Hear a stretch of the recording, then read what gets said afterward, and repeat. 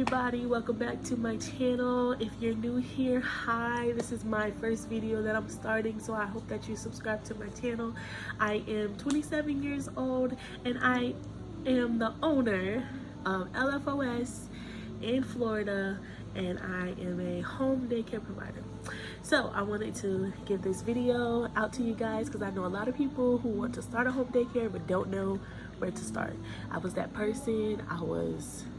It's been a struggle, but we got here. So I definitely want to tell you, I have a list of things that I had to do before I even turned in my application to be licensed in Florida.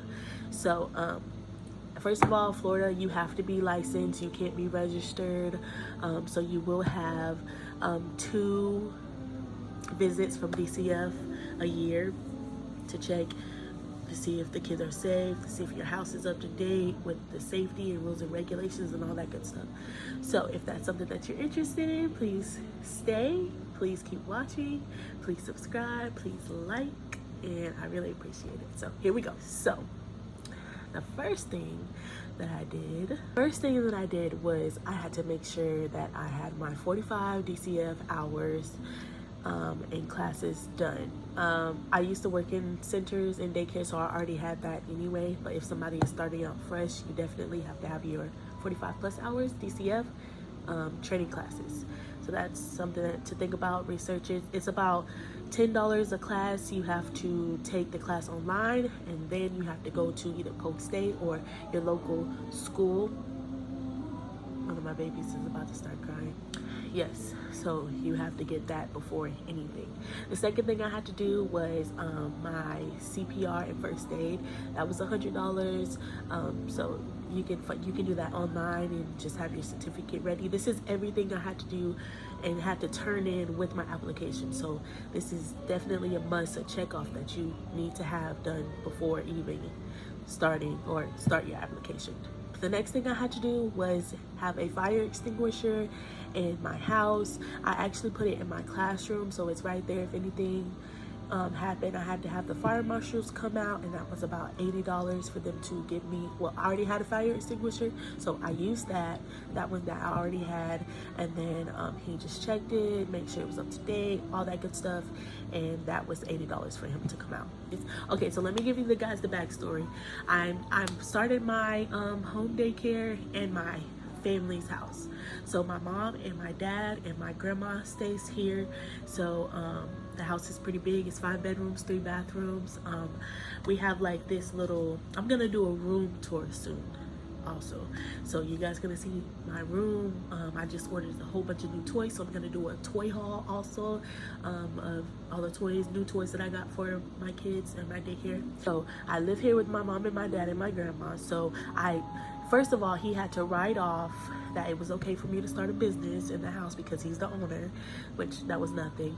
And then we had to make sure that our homeowner's insurance allowed me to start a business of a home daycare here. So that was about $300. We had to switch companies, and they had to ask me a whole bunch of questions. We had to take pictures and everything like that. So definitely make sure that your homeowner's insurance qualifies you to have a home daycare.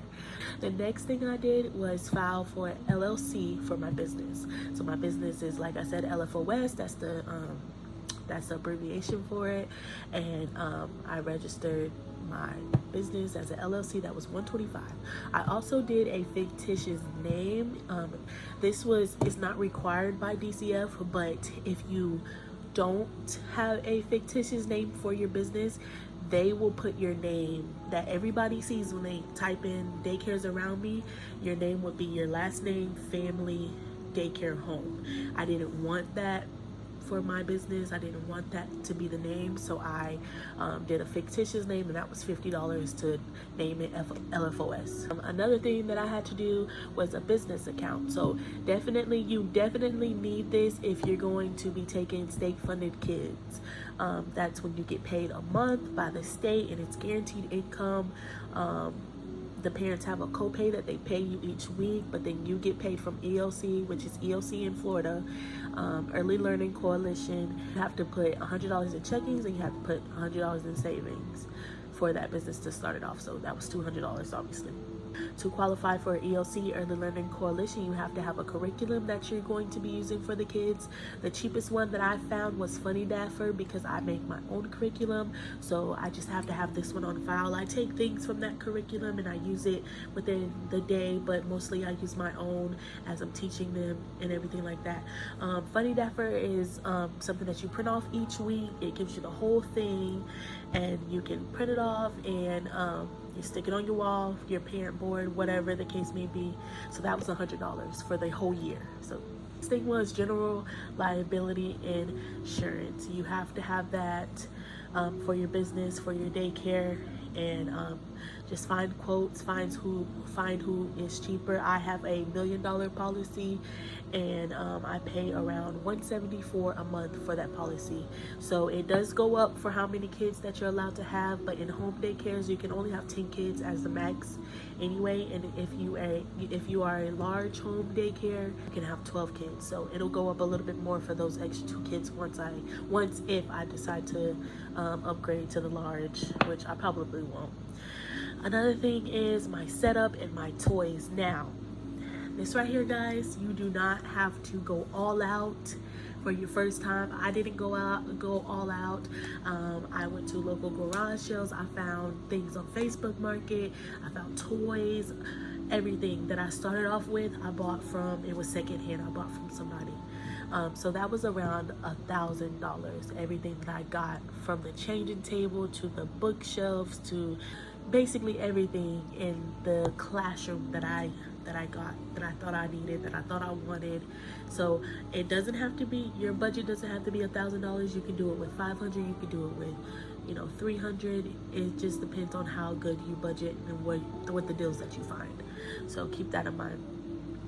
The other thing that I did was we have to have a fence. We have to have a fence for our playground. Your playground does not have to have toys in it. The only thing that you could have on your playground when you first start off is a ball, a bat, some things that they can just play with. It's really for them to run outside, be in the sun, collect that vitamin D, everything like that. So the only thing that I paid for, that was a lot, was my fence. I got my fence for free.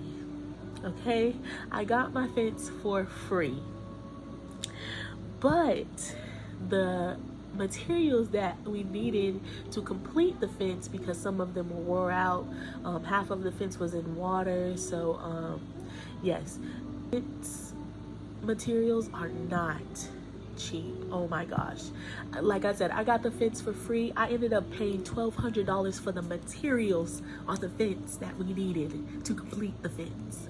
So if I would have got the fence plus the materials, it probably would have been $2,000–3,000.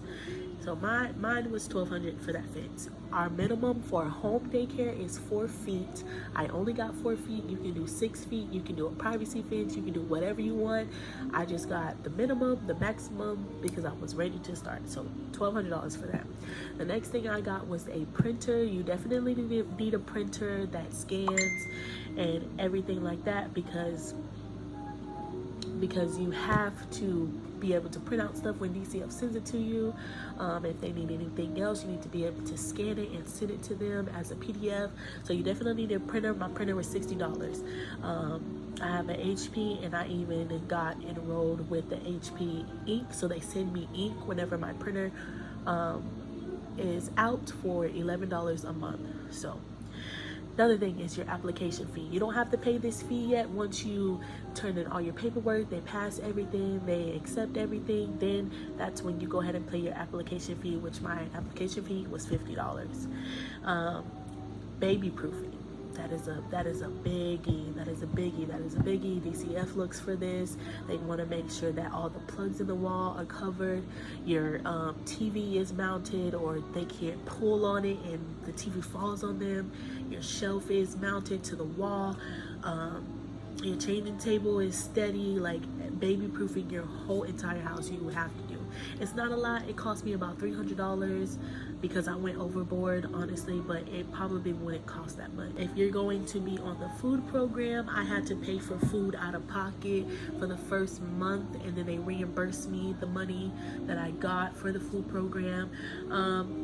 I've only been on the food program for 2 months, and I'm kind of not feeling it a little bit. It's a lot of paperwork for a little, well, the amount is not little, but it depends. They only pay you for the kids that come. So obviously if they don't come, you don't get paid for those 3 meals that you provide. I provide breakfast, I provide lunch, and a PM snack. So if they don't come for the whole day, I miss those 3, and it all adds up for 6 kids or 5 kids or whatever.